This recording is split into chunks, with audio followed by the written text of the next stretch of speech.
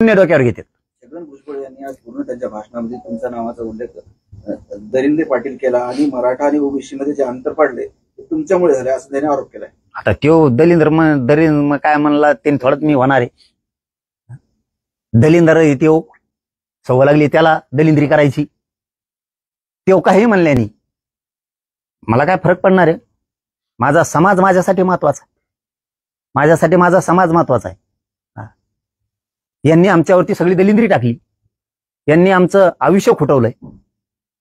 ते पूर्ण करायला काम करतोय मी चांगलं समाजाचं. यांनी महाराष्ट्राच्या मागे साडेसाती लावली आणि ती खरं इतकं दलिंद्र आहे. मी हमेशा सांगतो तुम्हाला ती लय मोठा शेणी आहे. ते गुरट भुजबळ ती म्हणजे कुठल्याही सरकारला प्युअर साडेसाती.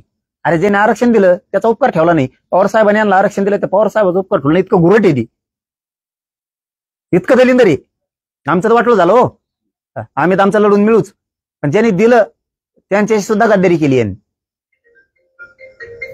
धनंजय मुंडे यांनी थेट बोलले की काही जण मुख्यमंत्र्यांच्या आईबाबत अपशब्द वापरतात. महाराष्ट्रात आरक्षणावर विष पेरलं जात आहे. टीका केली तुम्ही. त्याचं काय राहिलंय. संपलेल्यावर बोलू नये माणसाने. आता संपलेल्यावर बोलू नये. निवडून आल्यावर मग म्हणाव मी पडो का. अरे तो आधी आता तो सांगन मी भूमिका मांडणारच आहे. मी 100% मांडणार आहे. आता आम्ही सुद्धा बसणारच आहेत. आम्ही भूमिका मांडणारच आहेत. अरे मी त्या उद्देशानं मुख्यमंत्र्याच्या आईला बोललोच नव्हतो. पण तुझी सुद्धा एक जुनी क्लिप आहे. तू पंतप्रधानाच्या आईला काय म्हणला होता. शब्द सुद्धा काढण्यासारखा नाही. म्हणला होता का नाही. फडणवीसांना सुद्धा म्हणला होता आणि पंतप्रधानाच्या आईला सुद्धा म्हणला होता. सांगू का शब्द देव. ते सांगायसारखा नाही मीडियात. इतकं घाण बोलला होता. बघा त्याची क्लिप काढून एक रेकॉर्डिंग त्याची व्हायरल झाली मागं. विरोधी पक्षनेता असताना आपल्याला निधीला काय कमी आहे. तुम्ही एक व्हा फक्त.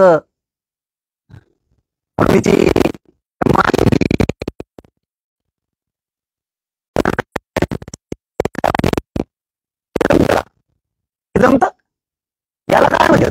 फडणवीस साहेब विसरले काय ते. मग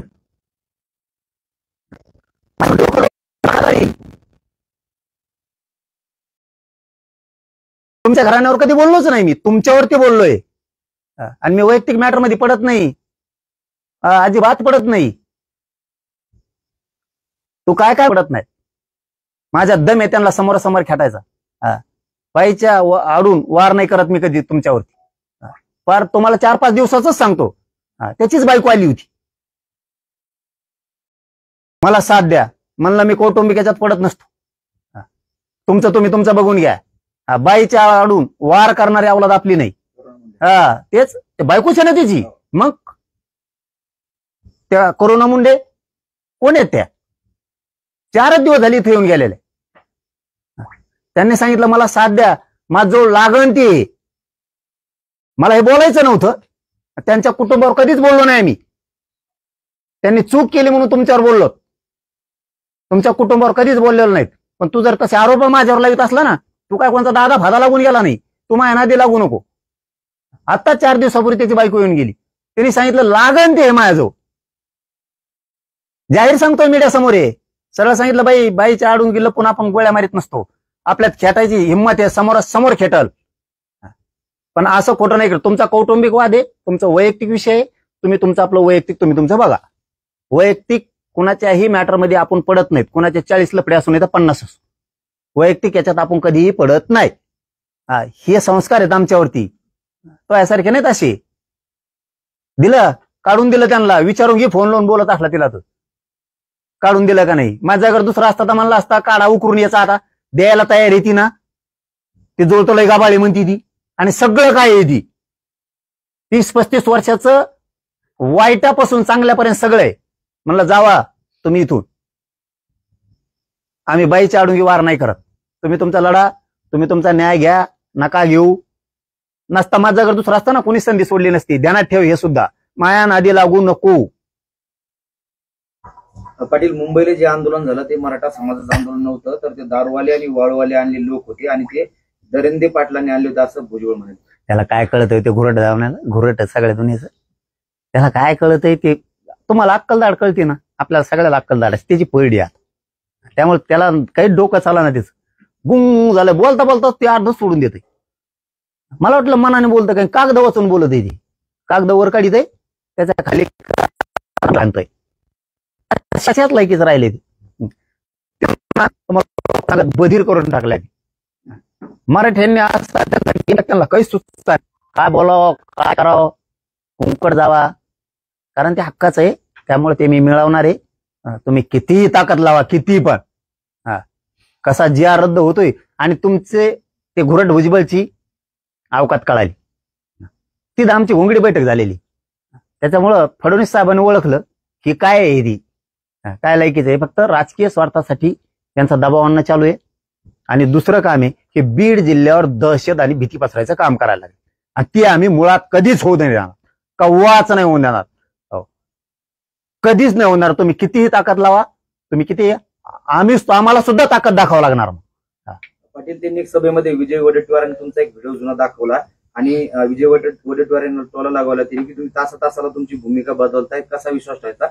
काही दिवसापूर्वीच या GRS विरोधात विजय वडेट्टीवार यांनी देखील मोर्चा काढलेला होता आणि त्यावेळेस उपोषण चालू असताना त्यांनी मराठा समाजाला ओबीसीतून आरक्षण भेटलं पाहिजे असा मुद्दा मांडला. हे बघा, त्यावेळेची वडेट्टीवार साहेबाची भूमिका रास्त होती. आता त्यांनी छगन भुजबळ त्या घुरटच्या नादी लागून ते त्याच्या चक्रव्यूहात सापडले होते. मला वाटतं त्यांनी हा विषय सोडून द्यावा.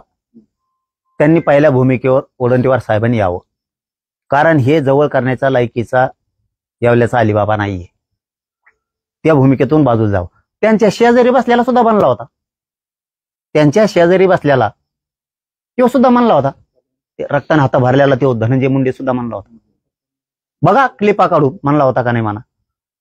तू काय हे घुरट भुजबळ ह्यो त्याच्या राजकीय स्वार्थासाठी त्याचा वापर करा, त्याच्या डोक्यात याय नाही आपण किती चुकीच्या दिशेने चाललो त्या घुरट भुजबळचं ऐकून, हे त्याच्या लक्षात तोही म्हणला होता. पाय पोडतो, हात पोडतो, खातो जोडून सांगतो, आमचा ऐका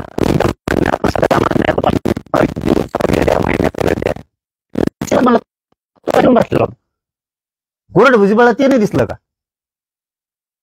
पण तो का मान्य करतो त्याला माहिती, आपल्याला सगळ्यांनी सोडून दिलं.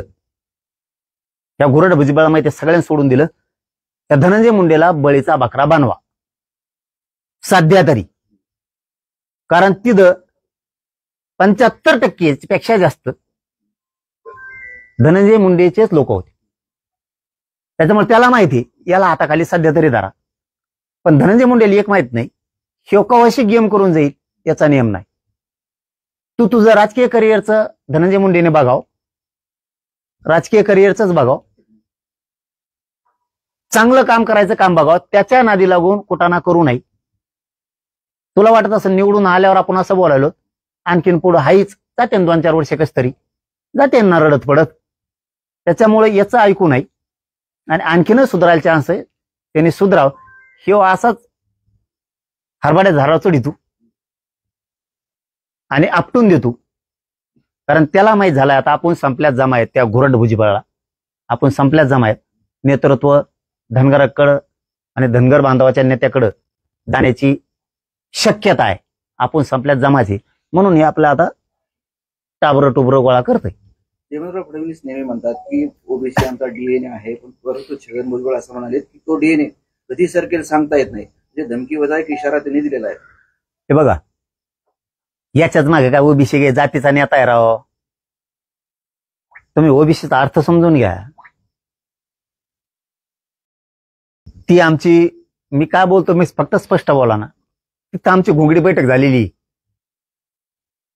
तिथं घोंगडी बैठक झालेली आमची. ओबीसीचा नेताच नाही तो. त्या घोंगडी बैठकीच्या